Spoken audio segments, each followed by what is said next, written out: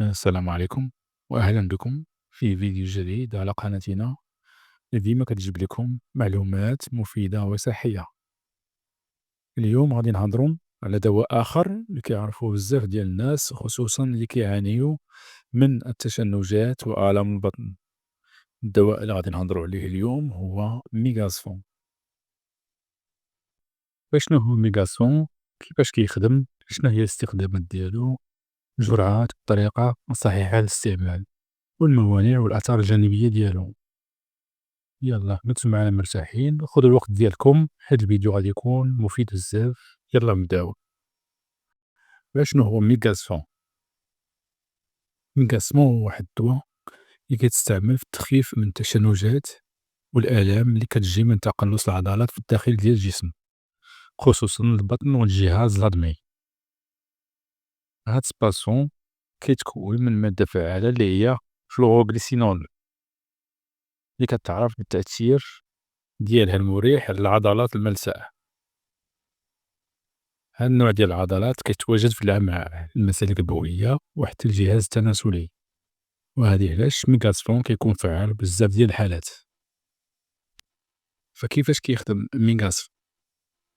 التشنجات اللي كنحسو بها في البطن أو الكلى هي نتيجة تقلصات غير طبيعية في العضلات، واللي كتوصل لمرحلة كتولي كتسبب لنا داك الآلام أو داك الوجع.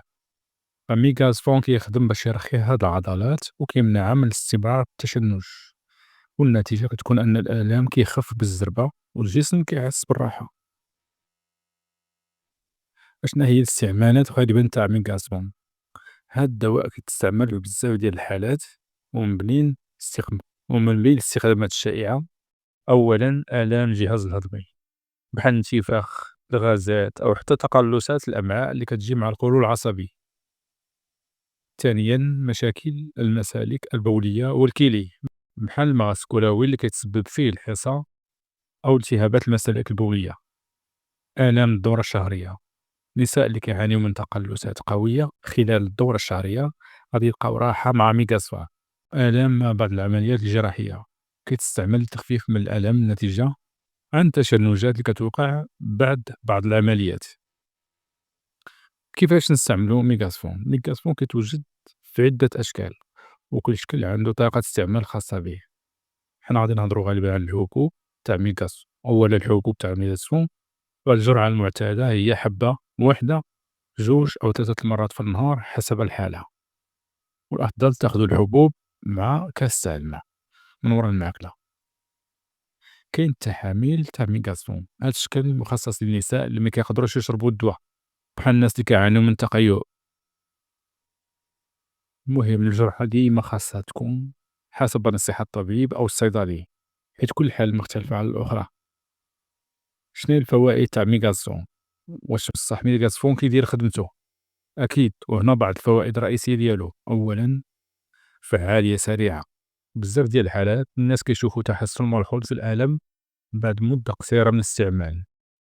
ثانيا متعدد الاستعمالات، كيقدر يساعد في مشاكل الجهاز الهضمي، المسالك البولية وحتى المشاكل النسائية.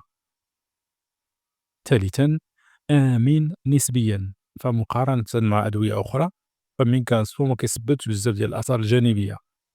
ورابعا ممكن تلقاه في الصيدليات وبثمن معقول وحتى بلا وصفة طبية، والثمن ديالو هو 18 درهم و30 سنتيم.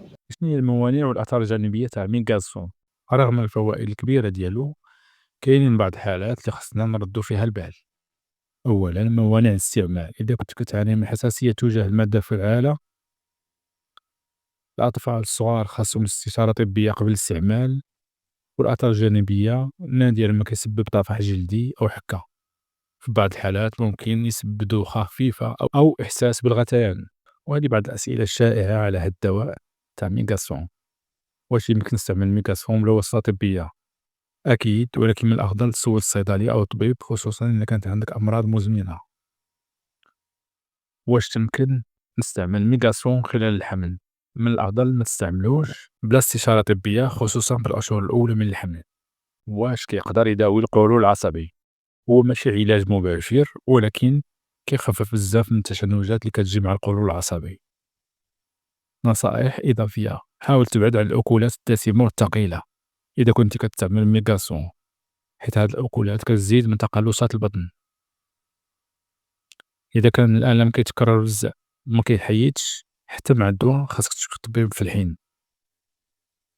إذًا هاد الشي كان كل ما خاصكم تعرفوا على ميغاسون. نتمنى نكون فدناكم وعرفتوا شنو هي الاستخدامات ديالو والطريقة الصحيحة للاستعمال. إذا كان عندكم شي تساؤل ما تنساوش تخليوه في التعليق. إذا عجبكم الفيديو ديروا لايك واشتراك باش تشجعونا نجيبوا إليكم معلومات أكتر. نتلاقاو في فيديو جديد. السلام عليكم ودمتم في رعاية الله.